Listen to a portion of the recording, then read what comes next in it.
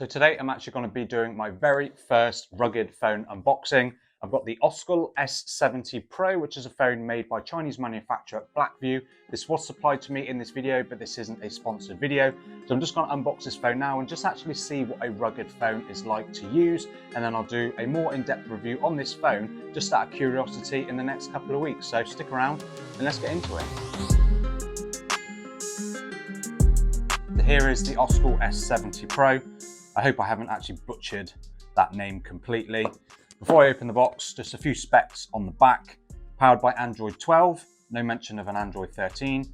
There's a, fraction less than 6.1 inch HD plus IPS display, so it's going to be a 720p display. 4 gigs of RAM and 64 gigs of storage. Quite frankly, the biggest battery I've ever had in a phone, 6,580 mAh battery, and then a front 8 megapixel camera and a rear 13 megapixel camera. So on the front of the box just here, it says 7 gigabytes of RAM. That is because it has the virtual RAM feature. So it's got 4 gigabytes of actual RAM in the phone, and then you can use 3 gigabytes of the storage for some virtual RAM to help out in its performance. So let's just open the box. Here is the phone. It's pretty hefty. Let's just set that aside for a second. And then if we lift under there, you actually get a charger in the box, which is nice, although it is a 2-pin charger, which isn't going to be any good for me. Luckily, I've got an adapter, but it is just a 10-watt charger. So charging up that massive battery is probably going to take a week, but there we go. And then just a USB-C cable. So the fact that it's got a USB-C is pretty good. And then of course, in this bit here, it's going to have your paperwork and SIM tool as well. So not too bad. Quite a nice looking box actually, to be fair. Only the brave, which is obviously their slogan. Bit of branding on each side. Nice quality box, not gonna lie. So here is the phone. I have opened the box just because I was curious before this video, but I haven't taken anything else out of the sleeve or anything like that, so I'm just gonna do that.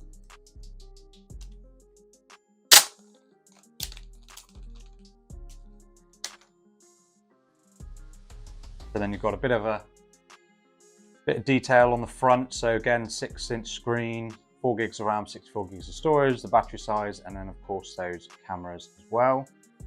If we just peel off that front, that's always so satisfying. And let's just power the phone on, see if we've got any juice in this 6,000 mAh battery, and we have. So as you can see, there's some pretty hefty bezels all around the phone, especially on the chin and around that top as well. Slightly slimmer around the edges, but in general, pretty sizable bezels. Just waiting for the phone to boot up. I quite like that logo actually, it's quite nice. Matches obviously the color of the box, which is pretty cool. You've got your dewdrop notch at the top there, so start with English. And as you can see, starting up, it's a very stock Android look to it, which is pretty cool. Got a decent amount of juice there. Just signed into the Wi-Fi, and hopefully it's gonna not take too long to get this up and running. Now, there is a button on the side. I'm not really sure what that is, so I'm sure I'll figure that out at some point. Then of course it's got your SIM card tray with provisions to house a micro SD card as well. At the top there's absolutely nothing. Volume rockers and power button on the right, and then on the bottom just where you put your charging cable. So there is no headphone jack on this phone, and then there's triple camera setup on the back, 13 megapixel main camera, and then I'm only going to assume there's going to be a depth sensor and a macro camera, LED flash, microphone on the back, microphone at the bottom. Couldn't connect, that's not a good start. Let's skip that for a minute. I'll start this video again once I've set everything up. So I've just got the phone set up, basically anyway, just allowing me to get onto the phone. And it's a pretty stock Android sort of vibe to it, but it has got Blackview's Doke OS 3.1 on top, which I'd imagine will have some of their own features on it, but that's something that we can obviously look through in the full review. But just for the time being, there's a load of games on here. Bingo night, block puzzle, kitty blast. I mean, that sounds ideal really. Toy crush. But then there's the usual, TikTok, YouTube music. There's their own weather app. Google Translate's on there. Let's just jump into the settings menu a second. So this kind of looks stock Android-ish, although these icons down the left do look a little bit different. But then you've just got the usual, add into a Wi-Fi, Bluetooth, Android Auto's just popped up, which is pretty cool. I've got to sign in for that, so I'll do that later. Display, so this is only a 720p display. It's only a 60 Hz display. So it's just very basic night light, which is obviously going to be something for your eyes, just to take the blue light out. Dark mode, of course. Font, display sizes, etc. Screen orientation lock, screensaver, breathing light when you're charging and when your battery's low, which might be on the back somewhere. Again, we'll find out. And then just a few other bits. Oh, lift to wake. I'll turn that on. I always like having that on. Gestures and keys, auxiliary function, gloves mode, because of course this is designed as an outdoor phone. So you want stuff like that on there. Oh, hang on. What did I just see? Speaker cleaning. This function is enabled. It will automatically play an audio file of 30 seconds to clear dust from the speaker hole, which is actually a pretty good thing, especially when you're going to be out and about.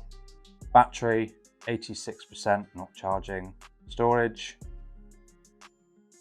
64 gigs of storage, and then obviously it's the usual telling you what's using up your storage.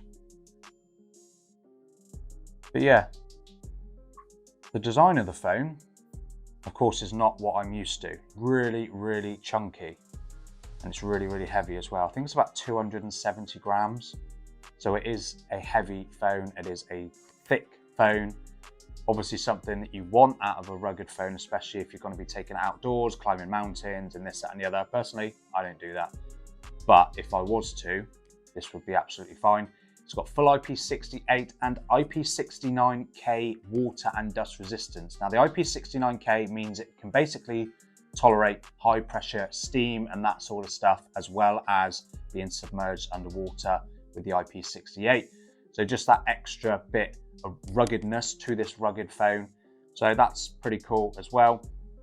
The 13 megapixel camera on the back, of course, is just going to be your bog standard camera. It's not going to be anything special. But if I open up that camera, take a picture of my iPhone recording,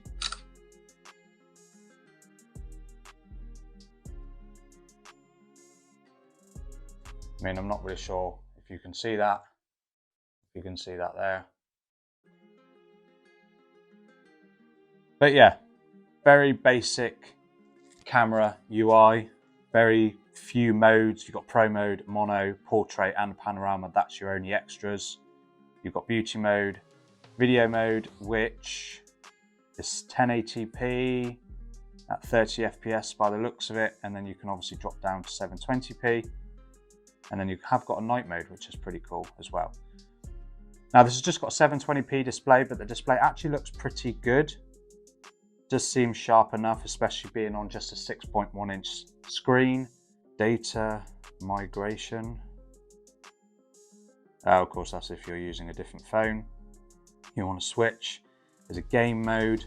Now performance-wise, it's using a Helio P35 processor by MediaTek, which of course isn't going to give you the best performance. It's going to be enough for just your basic tasks. But of course, being a rugged phone designed for someone out and about, I can't imagine they're going to be doing a huge amount of gaming or anything like that.